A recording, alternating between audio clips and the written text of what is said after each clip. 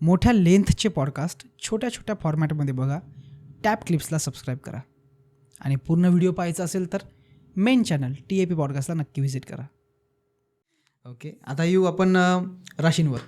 नक्कीच. कारण हा सगळ्यात महत्त्वाचा कोर पॉईंट असणार आहे या पॉडकास्टचा, की कुठकुठल्या राशींवर 2026 काय काय प्रभाव पडणार आहे. नक्कीच. मी जसं नेहमी सांगितलं की लग्नाला जास्त इम्पॉर्टंट द्यायला पाहिजे. बरं. कुंडलीचं लग्न जर पाहायचं झालं तर लग्न ह्याला लग्न म्हणतात. हे फर्स्ट हाऊस आहे कुंडलीतलं. फर्स्ट हाऊसला लग्न म्हटलेलं आहे. त्याला आता मी जे काही गोष्टी सांगणार आहे तर लग्नाला जास्त इम्पॉर्टन्स द्यायचं आहे, रफली 70 to 80%. ओके. आणि राशी म्हणजे जिथे कुठे चंद्र बसलेला असेल, से की हे 8 नंबर आहे आणि इथे चंद्र आहे, तर या व्यक्तीची रास जी आहे ती वृश्चिक आहे. तर राशीला 20 ते 30% इम्पॉर्टन्स द्यायचं आहे, लग्नाला 70 ते 80% इम्पॉर्टन्स द्यायचं आहे. आणि ते दोन्ही पण बघायचं आहे आणि त्या दोन्हीतला सारांश काढून त्यांनी ह्या प्रिडिक्शन्सला घ्यायचं आहे. ओके. त्यातल्या कुठल्या कुठल्या गोष्टी आपल्याला लागू होत आहेत त्यानुसार जायचं आहे. ठीक आहे.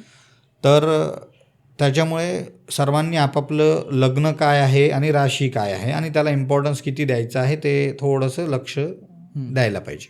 ओके. आता आपण बघूयात वृश्चिक.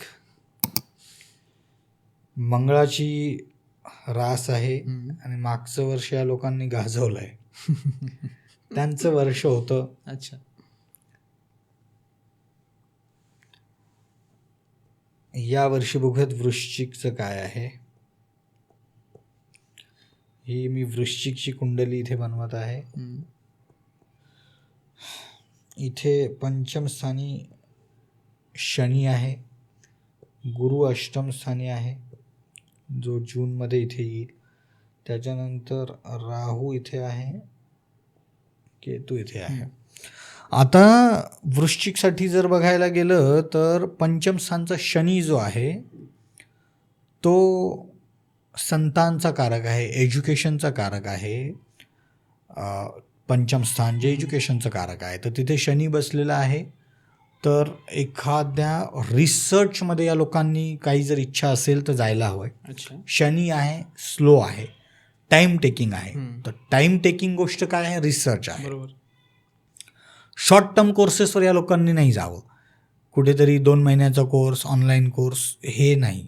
यांना सक्सेस जर पाहिजे असेल तर कुठेतरी रिसर्चमध्ये जावं. आयुर्वेद झालं किंवा ॲस्ट्रॉलॉजी झालं, वैज्ञानिक काही अशा काही गोष्टींच्या रिसर्चमध्ये त्याच्यासाठी हा काळ योग्य आहे. हे संतांचं स्थान म्हणतात.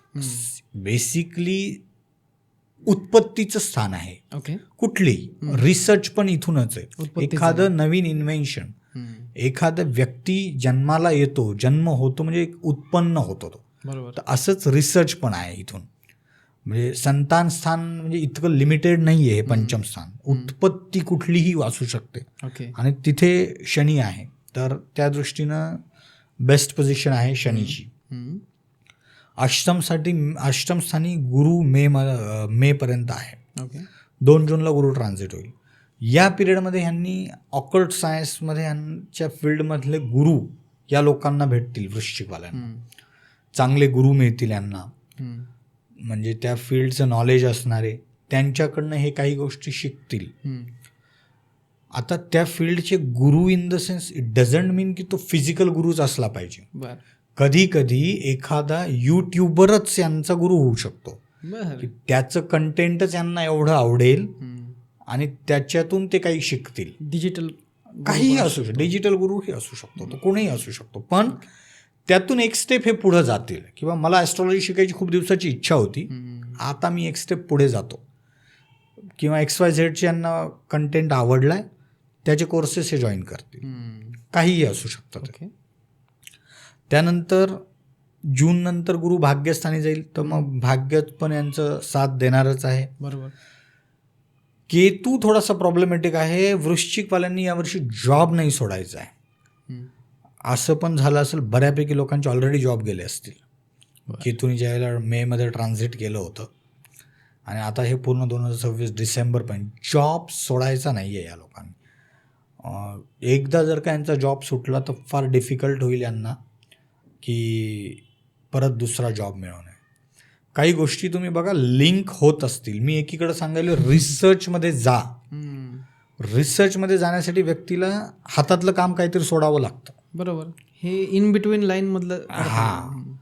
तर ज्या लोकांचा जॉब गेला आहे त्यांनी ताबडतोब रिसर्चमध्ये जावं त्या सेक्टरमध्ये. कारण की आता तुमच्याकडे वेळ आहे. ज्यांचा जॉब गेला नाही त्यांनी जॉब सोडून नका जाऊ. बरोबर आहे. कारण कुंडलीतले इतर पण ग्रह बघायला पाहिजेत. हे फक्त आपण ट्रान्झिटच्या ग्रहांबद्दल बोलत आहोत, पण गोष्टी त्या दृष्टीनं वर्क होतील. तर जॉब स्वतःहून सोडू नका. दररोज इच्छा होईल या लोकांची आज जाऊन जॉब सोडतो. ओके. कर्मस्थानचा केतू जॉब खाऊ शकतोय. त्याच्यावरती म्हणजे जोपर्यंत कुठलाही एखादा शुभ प्लॅनेट दृष्टी नाही टाकत आहे वगैरे तर तो थोडासा प्रॉब्लेम आहे तिथे. कारण दृष्टी तशी दिसत नाही आहे कुठल्याही मेजर प्लॅनेटची तर नाही आहे. बाकी ट्रान्झिटचे काही प्लॅनेट तिथे मध्ये मंगळ येईल, शुक्र येईल, सूर्य येईल, ते वेगळ्या गोष्टी आहेत. पण केतू जॉब खाऊ शकतो. तर हे खूप प्रॉमिनंट हे आहे. जॉब सोडायचा नाही आहे स्वतःहून. ओके. परिस्थिती कितीही विपरीत झाली, कितीही वेगळी झाली तरी जॉब नाही सोडायचा आहे. आणि राहू चतुर्थ स्थानी आहे. आईसोबत मतभेद होऊ शकतात या लोकांचे. मग ते वैचारिक मतभेद असतील, प्रॉपर्टीमुळे असू शकतात. कारण हे मन स्थान आहे, सुख स्थान आहे. तर प्रॉपर्टीमुळे पण असू शकतात ते मतभेद. तर राहूमुळे हे मतभेद आहेत. तर जास्त रिॲक्ट न करता पुढे गेलेलं बेटर आहे. अदरवाईज जर यांची दशा पण एखादी खराब असेल तर परमनंटसाठी मग ते रिलेशनशिप बिघडू शकतात. तर तिथे पण थोडंसं लक्ष देण्याची गरज आहे. आणि बाकी जर बघायला गेलं तर ज्यावेळेला जूनमध्ये गुरु ट्रान्झिट करेल त्यानंतरचा काळ थोडासा चांगला आहे. भाग्याची साथ वगैरे पण यांना मिळेल. एकीकडे मी सांगितलं की गुरु ह्या फील्डमध्ये चांगले गुरु देईल मेपर्यंत. एकीकडं रिसर्च, ह्या सगळ्या गोष्टी कनेक्ट होत आहेत.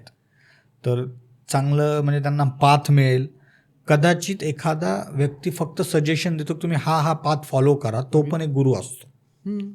एखादा व्यक्ती फक्त सांगतो तुम्ही या गुरुकडे जा, पण पहिला दिशादर्शक गुरु हा आहे. तर अशा अनेक गोष्टी या पिरियडमध्ये होतील. आणि दुसरी गोष्ट, अपॉर्च्युनिटीजचं वर्ष असणार आहे. त्या अपॉर्च्युनिटीज ग्रॅब करायच्या प्रत्येकानेच.